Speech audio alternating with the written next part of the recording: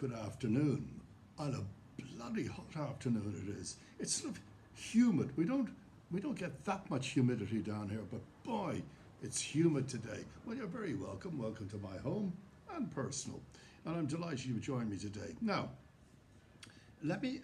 What we're going to talk about today is, it seems to me that you like these little stories that I do about, especially about my past, etc., etc., with that moaning and groaning about something that's happening now or in the future. So I thought I would share this because it's the most requested story, and I haven't told it. Yes, it's on my blog page, but some iTalk FM blog, or iTalk blog or something, somehow it's been I don't know, hacked or something. It's you can't get into it at the moment. Anyway, so I told the story on that, and I think I'll share a bit of it with you because you can't see it anyway. And of course, it is a very small part of my life, but a very big part of it. And it's the story of Mandy Smith. Now, quickly, it's such a long story. I'm not going to tell it all now. I'm going to tell a little fraction of it, and then share it out over time. But many of you probably don't even know who Mandy Smith is at this time. But I had a club in Dublin, I'm getting very old now, in Marbella called Cuba. Cuba was on what we call the Golden Mile in front of the Marbella Club, okay, Cuba in Carolina Park. It was an extraordinary club, and it was built with my partners, Ron McCullough, Harold Ure, Larry Spence. So we all got together, we built this enormous club where we put on live acts there, including Phil Lynnett's last act. The boy was back in town here before he died. Anyway, I'm not going to talk about that.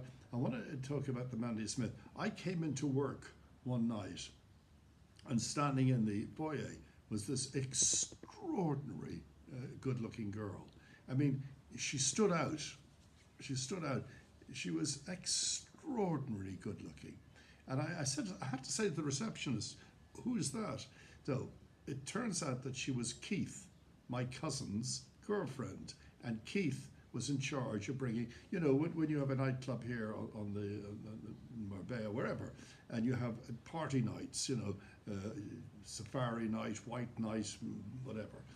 And they would go to the beach every day in a Cuba Jeep, and these kids, all good-looking kids, would give out leaflets on the beach to say what's happening in Cuba tonight.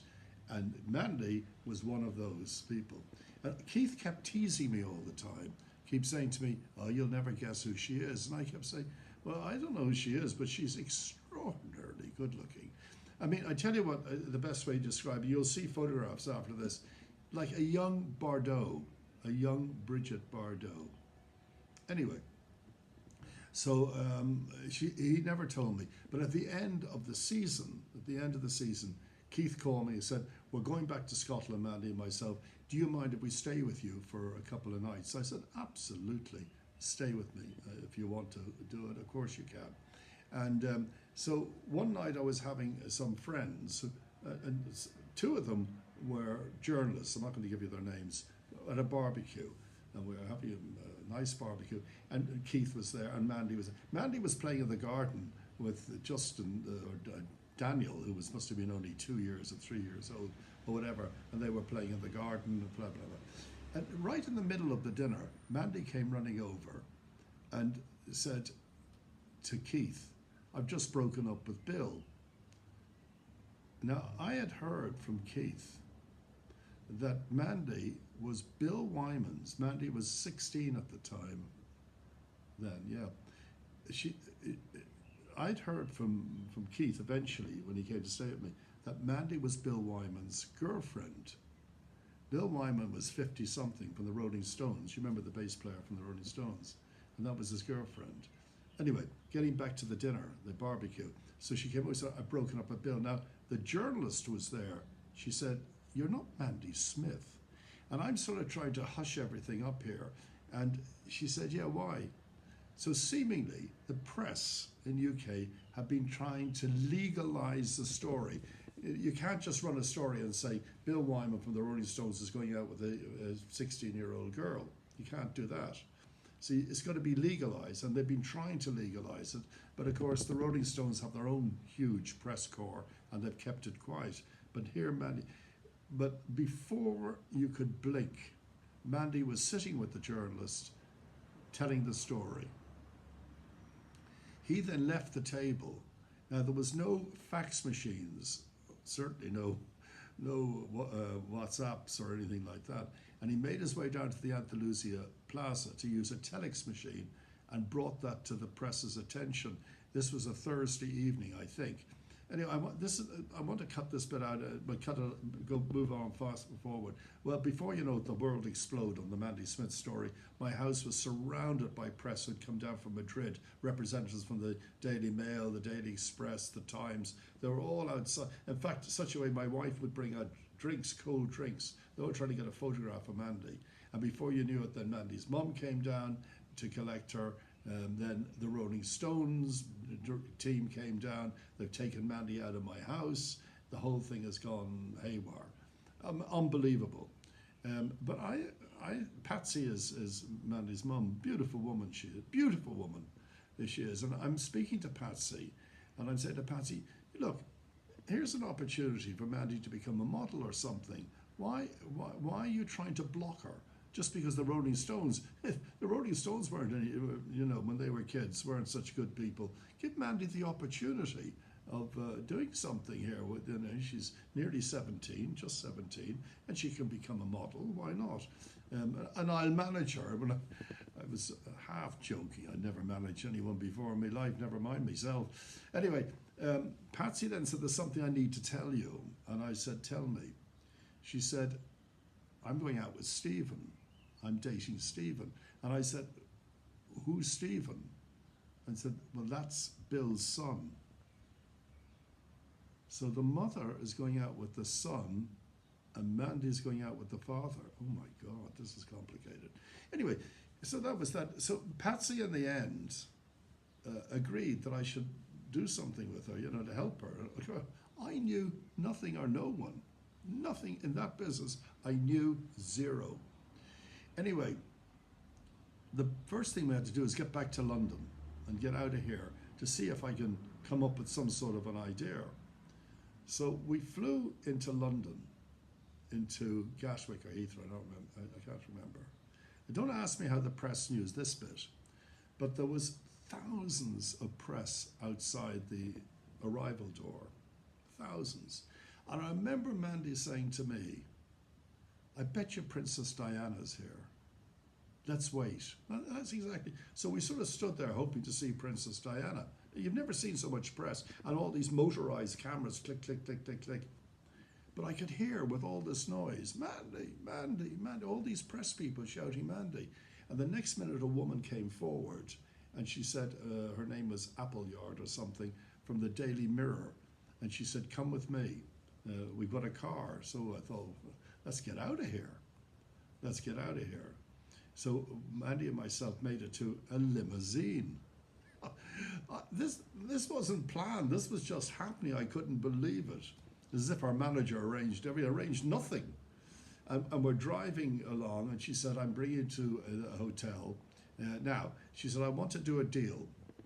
I want to run the Mandy Smith pictures as a model, because I insisted, as a model, modeling photographs tomorrow morning, but they must be, I can't remember the name they called the press. They must be, oh yes, Today photographs. That means no one can take any photographs of her. And the fee, she said to me, and the fee, I don't know. Now remember, this is 1986 or whatever. I said 7,000.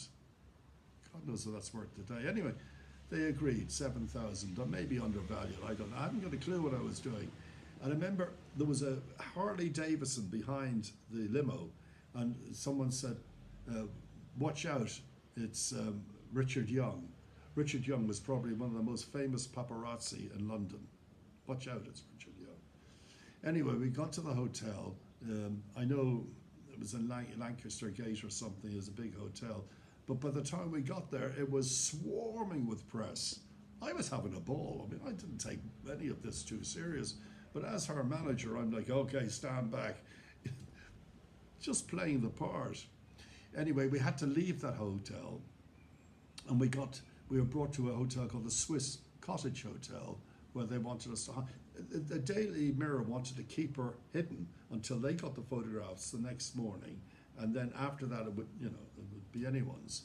So we're in the Swiss Cottage Hotel, and we're all sitting there chatting. We're all in great form. Mandy was in great form, etc., etc. And the manager or one of the people of the hotel came over and said, "Mr. Boland, there's someone outside wants to see you. You're not going to believe this." So I thought, well, this might be the next. So I've already had one job from the Daily Mirror, 7 grand. That's okay. I went outside to see who's next in line. When there's this enormous guy, I mean, Hulk Hogan, where are you? And he said, "Can I speak to you outside? You know what I mean?" And I said, "Certainly." I could feel a deal coming. And he grabbed me. And he lifted me off the ground. My feet are going like this. And he said, "A warning. I work for the firm. You're to get out of London immediately and keep your mouth shut." And he put me down and off he went. So I told them the firm are the Rolling Stones, and that's what you go. And this story going, by the way, poor old Bill Wyman didn't. This was quite bad for him. In fact, the House of Lords called for his arrest or something. I can't remember. It was, but nothing happened. Oh yeah, Mandy went to the police station and she wouldn't give any evidence whatsoever. She wouldn't speak whatsoever, nothing. So Bill was never charged with anything. If there's anything there, that's none of my business. Anyway, we got up the next morning. We went to the photo. Oh yes, I forgot. After my threat, I was shaking like a leaf, white as a sheet. So the Daily Mirror said, "We have to get you out of here." So they got me back into the limousine. We went to another hotel where we were in hiding there. It was a country hotel, that's all I know. And the next day we were called for and we did the photographs with Mandy's first modelling job and the story. She wouldn't talk about Bill Wyman. Let me tell you, Mandy is a wonderful girl. She could have sold stories about Bill at the time and made lots of money, but she refused point blank. And anyway, so that was it. She's arrived, she's in the press, and everything was happening. I didn't know what I was going to do next until I got a phone call. And it was from Reed, what's his name? The manager of Elton John and Rod Stewart, something Reed, asking me to come and see him. I thought, oh my God. So I said, "Mandy, I'm going down to see Elton John's manager." I'm a manager. I'm seeing another manager. So I went down. Honestly, I wasn't taking this all too serious. And Mandy was having a ball at the time. So I went down to see him in I don't know, in the West End somewhere. And I sat there and I sat there and I sat there and I sat there. So his secretary came out and he said, a guy said, "Look, he's not going to turn up." I said, "But he invited." I know.